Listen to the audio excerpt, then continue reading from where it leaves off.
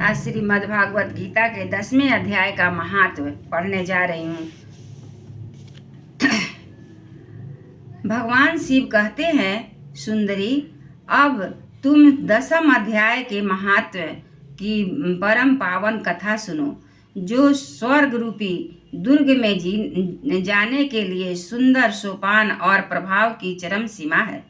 काशीपुरी में धीर बुद्धि नाम से विख्यात एक ब्राह्मण था, जो मुझ में प्रिय नंदी के समान भक्ति रखता था। वह पावन कीर्ति के अर्जन में तत्पर रहने वाला, शांति चित्त और हिंसा, कठोरता एवं दुख साहस से दूर रहने वाला था। जितेंद्रिय होने के कारण वह निवृत्ति मार्ग में ही स्थिर रहता था। उसके वेद रूपी समुद्र का पार पा लिया था। वह संपूर्ण शास्त्रों के तात्पर्य का ज्ञाता था। उसका चित्त सदा मेरे ध्यान में संलग्न रहता था। वह मन को अंतर आत्मा में लगाकर सदा आत्म तत्व का साक्षात्कार किया करता था। अतः जब वह चलने लगता, तब मैं प्रेम बस उसके पीछे दौड़ दौड़ कर उसे हाथ का सहारा देता रहता था। उसका यह देख मेरे पार्षद भृंगी ऋषि ने पूछा, भगवान, इस प्रकार भला किसने आपका दर्शन किया होगा? इस महात्मा ने कौन सा तप, होम अथवा जप किया है कि स्वयं आप ही पद पद पर उसे हाथ का सहारा देते चलते हैं? भृंगी ऋषि का यह प्रश्न सुनकर मैंने इस प्रकार उत्तर देना आरंभ किया।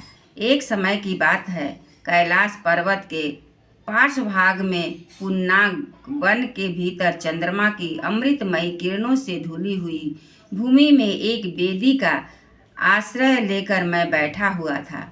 मेरे बैठने के क्षण भर बाद ही सहसा बड़े जोर की आंधी उठी। वहां के वृक्षों की शाखाएं नीचे ऊपर होकर आपस में टकराने लगी। कितनी ही टहनियां टूट टूट कर बिखर गई। पर्वत की अविचल छाया भी हिलने लगी। इसके बाद वहां महान भयंकर शब्द हुआ, जिससे पर्वत की कंदराएं प्रतिध्वनित हो उठी। तदनंतर आकाश से कोई विशाल पक्षी उतरा, जिसकी कांति काले मेघ के समान थी। वह कज्जल की राशि, अंधकार के समूह अथवा पंख कटे हुए काले पर्वत का सा जान पड़ता था। पैरों में से पृथ्वी का सहारा लेकर वह पक्षी ने मुझे प्रणाम किया और एक सुंदर नवीन कमल मेरे चरणों में रखकर स्पष्ट वाणी में स्तुति करनी आरंभ की। पक्षी बोला, देव, आपकी जय हो। आप चिदानंदमय सुधा के सागर तथा जगत के पालक है।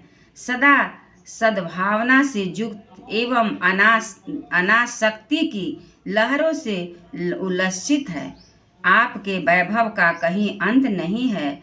आपकी जय हो। अद्वैत वासना से परिपूर्ण बुद्धि के द्वारा आप त्रिविध मलों से रहित हैं। आप जितेंद्रिय भक्तों के अधीन रहते हैं तथा ध्यान में आपके स्वरूप का साक्षात्कार होता है। आप अविद्यामय उपाधि से रहित, नित्य मुक्त, निराकार, निरामय, असीम, अहंकार शून्य, आवरण रहित और निर्गुण हैं। आपके चरण कमल शरणागत भक्तों की रक्षा करने में प्रवीण है। अपने भयंकर ललाट रूपी महासर्प की विष ज्वाला से आपने कामदेव को भस्म किया है।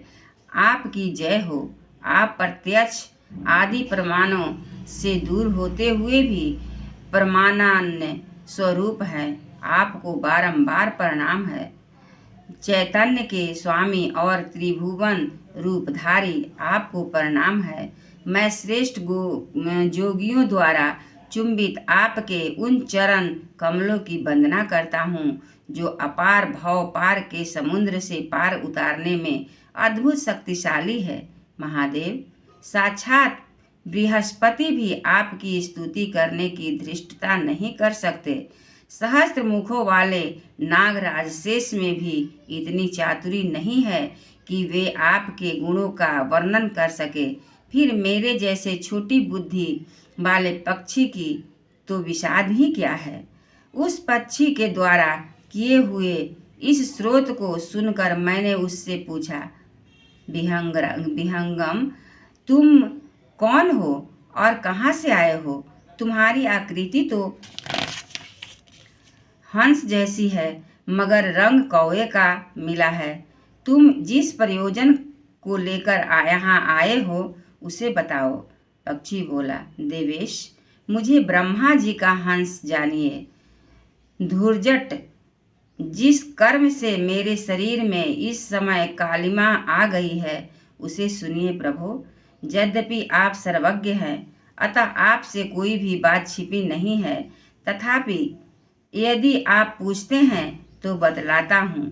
सौराष्ट्र सूरत नगर के पास एक सुंदर सरोवर है जिसमें कमल लहलहाते रहते हैं। उसी में से बाल चंद्रमा के टुकड़े जैसे श्वेत मृणालों के ग्रास लेकर मैं बड़ी तीव्र गति से आकाश में उड़ रहा था।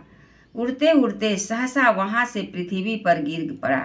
जब होश में आया और उस अपने गिरने का कोई कारण न देख सका तो मन ही मन सोचने लगा, ओहो, यह मुझ पर क्या आ गया पड़ा। आज मेरा पतन कैसे हो गया?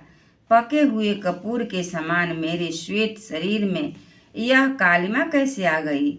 इस प्रकार विस्मित होकर मैं अभी विचार ही कर रहा था कि उस पोखर के कमलों में से मुझे ऐसी वाणी सुनाई पड़ी, हंस उठो, मैं तुम्हारे गिरने का और काले होने का कारण बताती हूँ।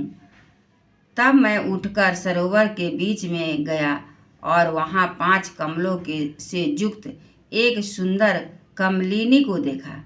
उसको प्रणाम करके मैंने प्रदक्षिणा की और उसके अपने पतन का कारण पूछा। कमलिनी बोली, कलहंस, तुम आकाश मार्ग से मुझे लांघ कर गए हो। उसी पातक के परिणाम वश तुम्हें पृथ्वी पर गिरना पड़ा है तथा उसी के कारण तुम्हारे शरीर में कालिमा दिखाई देती है। तुम्हें गिरा देख मेरे हृदय में दया भर आई और जब मैं इस मध्यम कमल के द्वारा बोलने लगी हूँ उस समय मेरे मुख से निकली हुई सुगंध को सूंघकर 60,000 भंवरे स्वर्ग लोक को प्राप्त हो गए हैं। पक्षीराज, जिस कारण मुझ में इतना वैभव, ऐसा प्रभाव आया है उसे बतलाती हूँ, सुनो। इस जन्म से पहले तीसरे जन्म में मैं इस पृथ्वी पर एक ब्राह्मण की कन्या के रूप में उत्पन्न हुई।